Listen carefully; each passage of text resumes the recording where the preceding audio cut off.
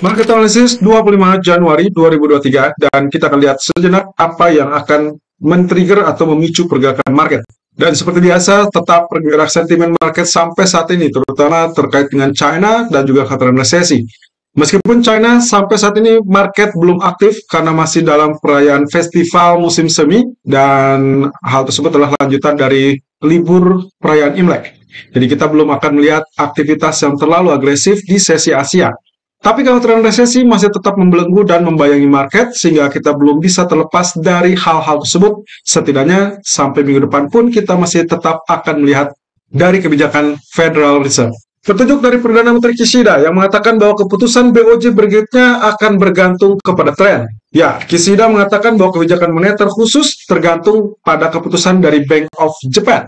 Kebijakan tersebut termasuk yield curve control, suku bunga negatif, atau bahkan pembelian ETF. Ya, Perdana Menteri Jepang mengatakan dirinya akan menunjuk gubernur BOJ berikutnya di akhir masa jabatan Gubernur Kuroda pada tanggal 8 April mendatang. Keputusan gubernur berikutnya akan dibuat sambil mengamati kondisi ekonomi ke depan seperti apa.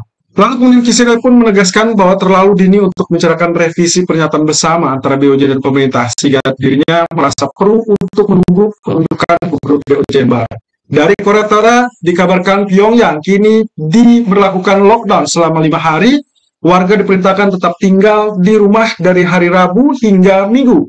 Dan juga diwajibkan untuk melakukan pemeriksaan suhu setiap hari. Tidak disebutkan terkait dengan laporan COVID-19, tapi penyakit yang sedang menyebar di ibu kota tersebut dikatakan sebagai penyakit gangguan pernapasan yang bahkan dikategorikan flu biasa.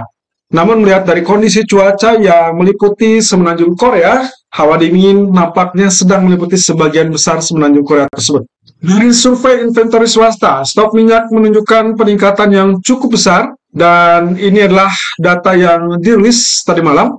Kita melihat di sini data crude oil berada di angka 3,378 juta. Sementara untuk data resmi pemerintah baru akan dirilis nanti malam, dan data dari Cina menunjukkan ada ekspor produk minyak olahan China, terutama solar, yang meningkat kuat dalam 2 bulan terakhir di tahun 2022.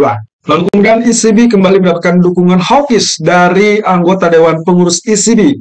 Kali ini Gediminas Simkus mengatakan bahwa ECB harusnya melanjutkan kenaikan suku bunga 50 basis point. Inflasi inti tetap kuat dan menunjukkan perjuangan melawan inflasi belum berakhir, sehingga ECB memiliki alasan cukup kuat untuk menaikkan suku bunga kembali. Dan dari BNP Paribas mengatakan bahwa hati-hati, kekhawatiran resesi belum usai atau belum hilang. Menurut mereka, soft landing yang sudah menjadi slogan untuk tahun 2023, mereka menilainya hal tersebut mungkin akan mirip dengan apa yang dilakukan di tahun 2022 saat Fed menilai bahwa inflasi atau kenaikan inflasi saat itu hanya dikatakan sebagai inflasi sementara. Pasar kemungkinan masih terlihat rentan dikarenakan perlambatan pertumbuhan lebih nyata di bulan-bulan mendatang.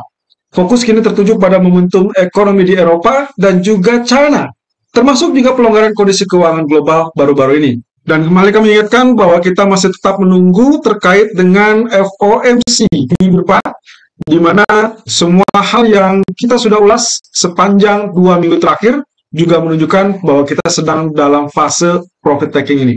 Tapi lagi-lagi, data hari Kamis yang akan kita lihat besok, juga hari Jumat. Ada data GDP Amerika dan juga inflasi PCE Amerika. Kalau ternyata data melemah, maka kemungkinan kita perkirakan dia akan terjadi rebound, mengawali rebound sebelum FOMC. Tapi kalau data yang terlampau kuat, tentunya dia akan mengalami penurunan lanjutan sebagai aksi profit taking sampai akhirnya menuju FOMC. Kemungkinan kita akan ditentukan dari keputusan FOMC. Apakah mereka akan menaikkan 25 basis point atau justru mengejutkan pasar dengan kenaikan 50 basis point.